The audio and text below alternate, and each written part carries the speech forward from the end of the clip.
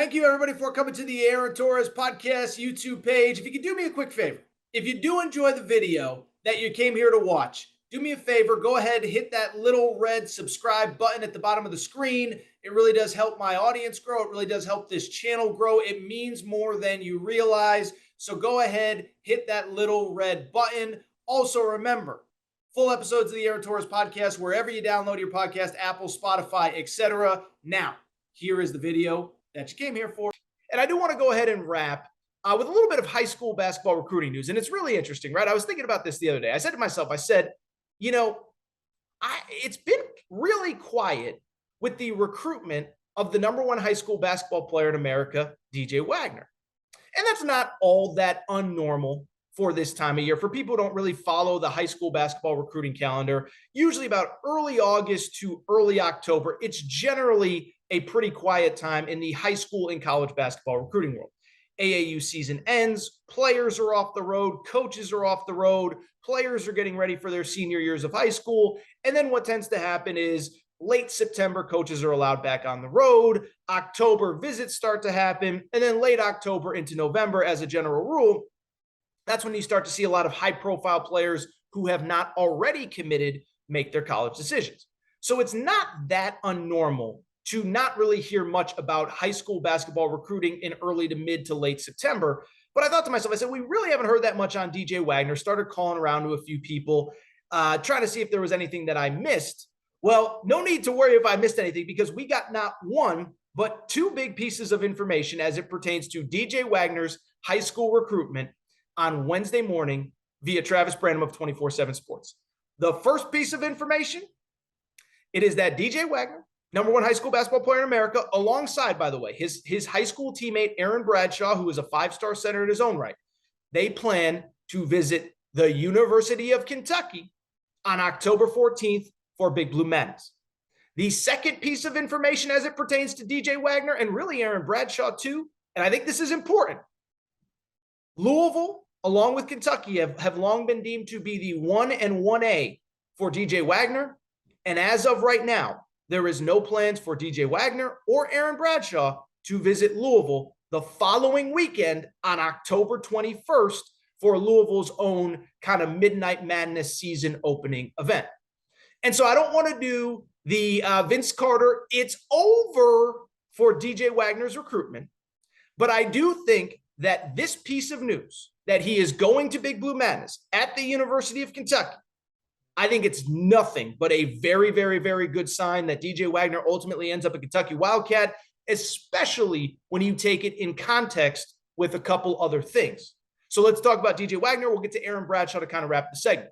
But to really start with DJ Wagner, I want to be careful what I do here, because as we all know, not once but twice have we thought the DJ Wagner recruitment was over, right? It started, I think everybody knows the story by now, but DJ is the son of DeJuan Wagner, who played for John Calipari at Memphis. He was the original one and done. DeJuan is very loyal to John Calipari. John Calipari kind of pushed him into the NBA, made sure he got paid. DeJuan, the father, had some health issues. So he's always been very loyal to John Calipari.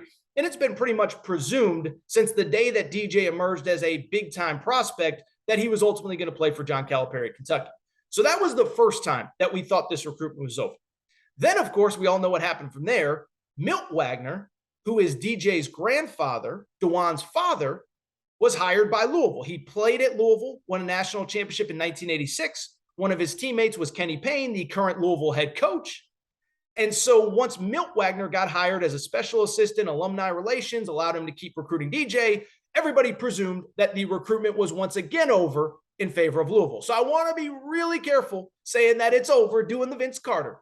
But I will say again, you take the Big Blue Madness news with some other information that we have, I think it's nothing but a very good sign for Kentucky. So what is that other information? First of all, it really comes back to something that I told you really about a month ago, probably 3 weeks ago, 2 weeks ago, when college coaches were allowed to get back on the road for recruiting. I thought it was an important statement that John Calipari began that period, that recruiting period in Camden, New Jersey to see DJ Wagner. It's for a couple reasons.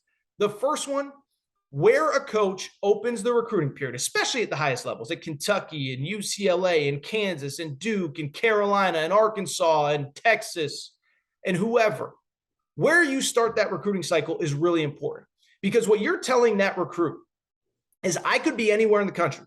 I could be watching any player in America, and I am choosing to be here to watch you.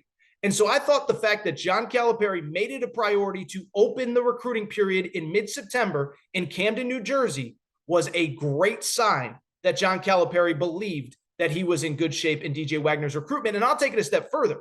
I think the opposite is also true as well.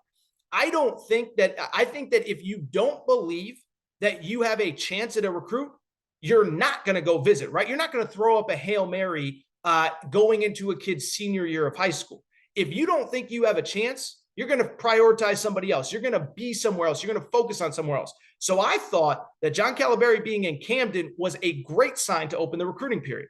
What I would also say as it pertains to Big Blue Madness, and I think this is important, DJ Wagner came to Big Blue Madness last year, okay? And so why I think this is important in the recruitment is, especially for a family like DJ's, they do not appear to be very interested in the pomp and circumstance, song and dance of the recruitment period, of the recruitment cycles, okay? They don't do a lot of interviews. You know, DeJuan went through it all when he was in high school. I don't think they're impressed by the facilities and the this and the that and the media trying to, you know, put a microphone in their face. There's some families that love that, and that's perfectly fine. I'm not here to judge that. I don't think the Wagner family cares all that much about that.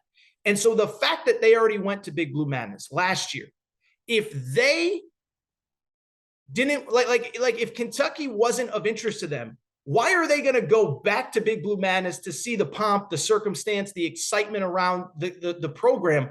Why would you go back a second time if you've already seen it? If you have no interest in the school, if you have no interest in playing college basketball, if you want to go somewhere else, I don't know why you go back a second time. Doesn't make sense, right? You already saw it.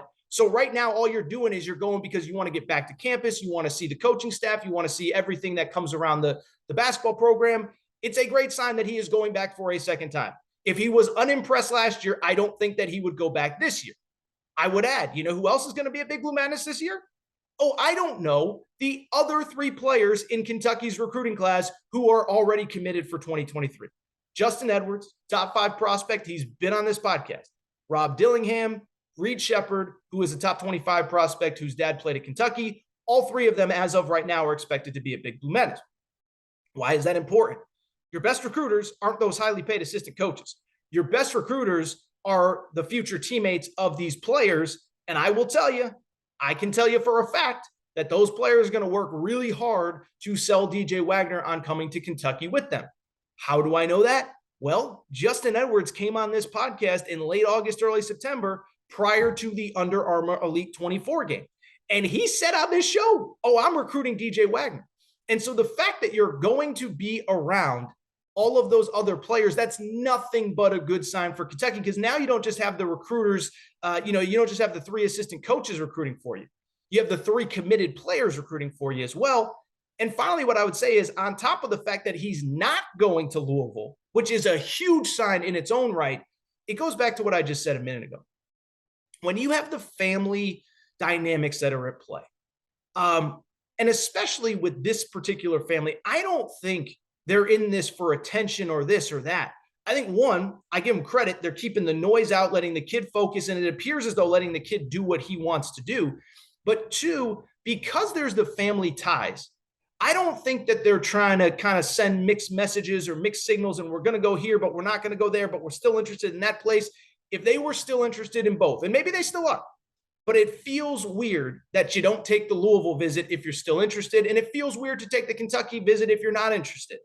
You think DeJuan Wagner wants to play games with the guy who helped him so much in his career with John Calipari? You think DJ Wagner wants to play games with his grandfather by not going to Louisville? I could be that part is speculation. I could be completely misreading it. It doesn't make sense to me. It doesn't feel like that's what this family is about. It feels like the family is solely about doing what's best for their son, not doing anything for attention, not doing anything for interviews, for clout, for social media. They seem to want to do what's best for their kid.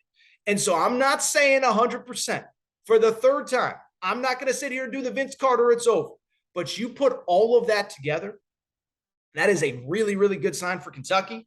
And I'll tell you what, You put you put DJ Wagner, excuse me, DeJuan Wagner Jr. I guess he's a DeJuan Wagner too. You put DJ Wagner with the other 3 kids that are committed. That is a really, really, really scary class. And I am telling you, you talk about the hype coming into this year.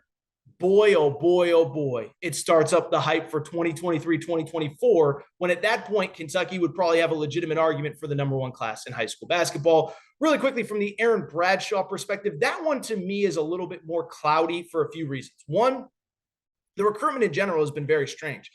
He said over the summer around Peach Jam that the plan is I'm going to commit either before Peach Jam or during Peach Jam. It's going to get done. My understanding is then his mom got involved, said, you don't need to rush this, blah, blah, blah, blah, blah. And I have no issue with that. Mom's looking out for her son. Good for her. No issue with that. But then on top of that, there's a couple other factors that kind of make me just kind of wonder what's going on with Aaron Bradshaw. One, there is the professional route option. And it seems as though as of right now, by the way, it's worth noting the one and done has not been changed and will not be changed for the 2023 draft. So all these kids in the 2023 class at least have to go to college.